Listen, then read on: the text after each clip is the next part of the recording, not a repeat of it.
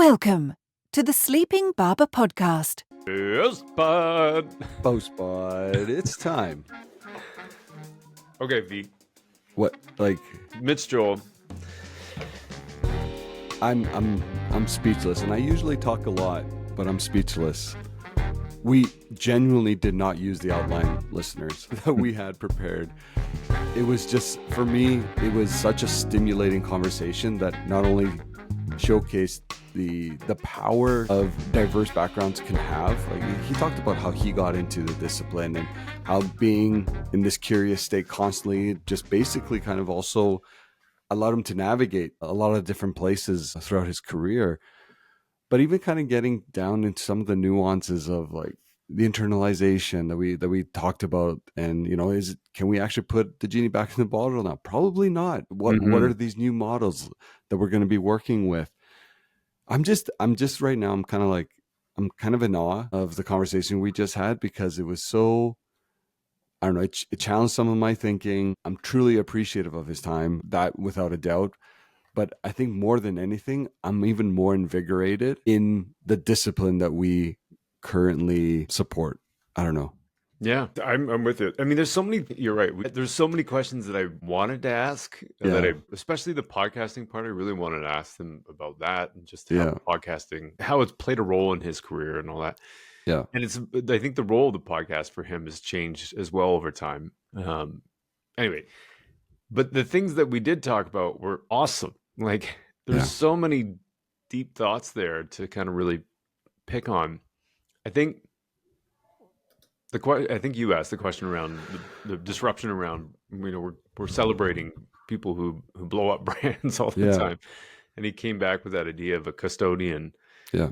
And leaving something better than you found it. I think that's so awesome. Like, it's a noble way to think of our profession. I agree. We're not, very rarely, right? Is anybody, I saw one guy actually recently, shout out to Mark Lynch, celebrate 10 years at a company called Absorb Software. It's not normal. That's not normal. I wouldn't say like that somebody's at a company for 10 years now, especially in marketing. It's really interesting. So if you think about, your time at an organization or my time at an organization really is pretty fleeting. So to think about it in terms of like, let's leave things better than I found it, it's really good, because then you approach things like AI, and you approach things with a sort of stance or a context of like, social, or should we do influencer marketing, or should we do, how are we going to set up the team and make decisions on who's on the team and what are we using agencies for and all those kinds of things. It has a whole different context, as opposed to we got to just do stuff fast because everything's happening. Yeah. And we got to catch up. He talked about it a few times, but I think what I love about that approach, at the center of it, is humility. Yeah. And when you approach things that way, then you're likely become the voice of reason, or you're doing things for the right outcome. So, I'm trying to think of a real time example here, but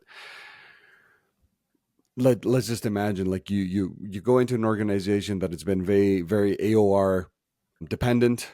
You see an opportunity, you go through like an internalization exercise, as an example. That right now is not changing the fabric of the brand.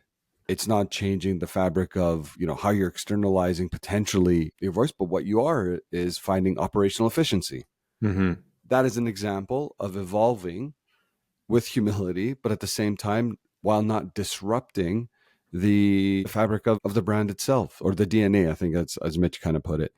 Yeah, that was an interesting point.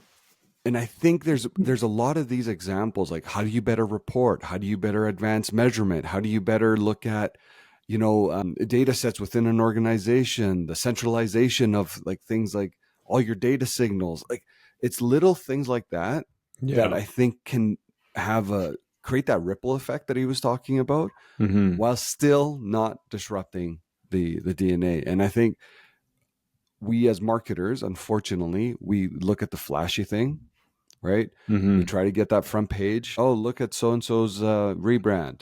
Yeah, they rebranded 3 years ago. What? Like, why was a rebrand actually necessary? But we just love this whole, shining moment that usually comes at an expense. that we rarely talk about. Yeah. I also appreciate the point he made about performance marketing. Yeah. I know you keep saying you're a performance marketer, but there's a ton of value in performance marketing. I think it just the definition of it is changing, and the expectations of performance marketing is changing in the sense that, like he was saying, it's not as cheap as it used to be anymore. No. But I think one of the most brilliant things about what Google and Facebook has done is they have an auction. And so over time, it was always going to go up in price, like just because it's an auction, it never will get cheaper. So that's always an interesting thing. But, it doesn't work as well as it used to anymore. And there's lots of questions around what is it actually doing? And, they're grading their own homework. So it's not to say that performance marketing is bad, but at the same time, I think performance marketing is bleeding into brand, and 100%. in that people are understanding there is value in brand. And so it is the both of, and I think ultimately this will make us better because we're working on both sides of the equation now. Mm-hmm. And there's probably a lot more partnership between performance and the brand side than Mm-hmm. we've ever had before.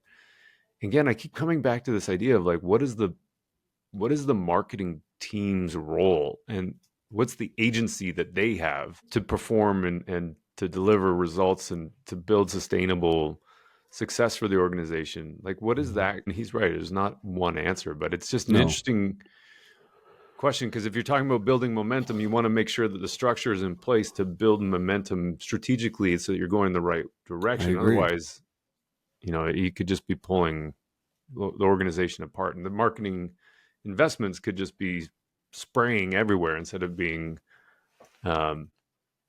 And I love what you just said there, because every organization's at a different state, and I don't think any of this is supposed to be like a one size fits all.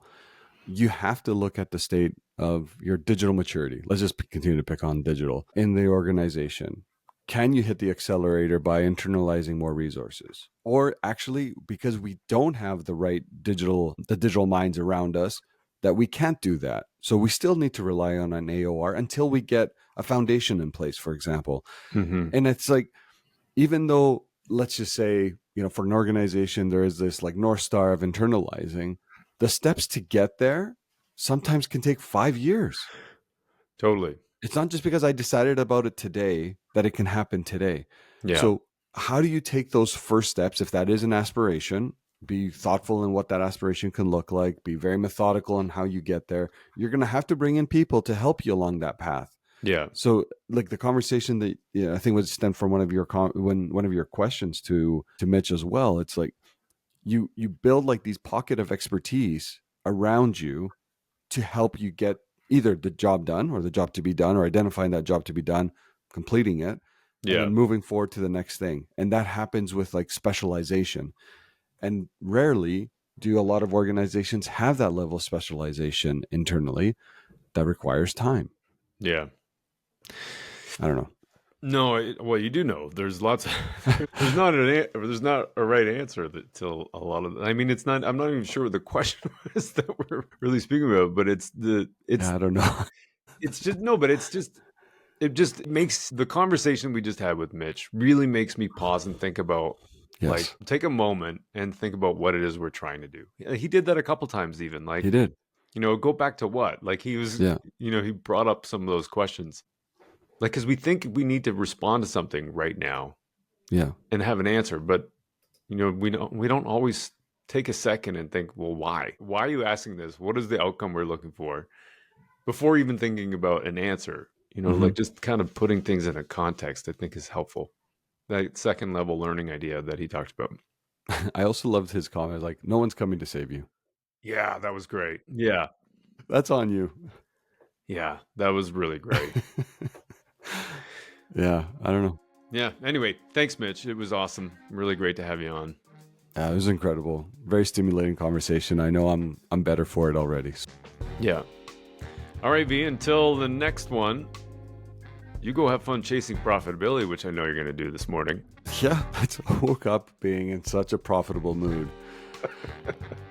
Gonna go just crush some profitability right now. Yeah. And thank you to you listening for keeping us in your ears. Yes. We'll talk to you soon. Chat soon, everybody.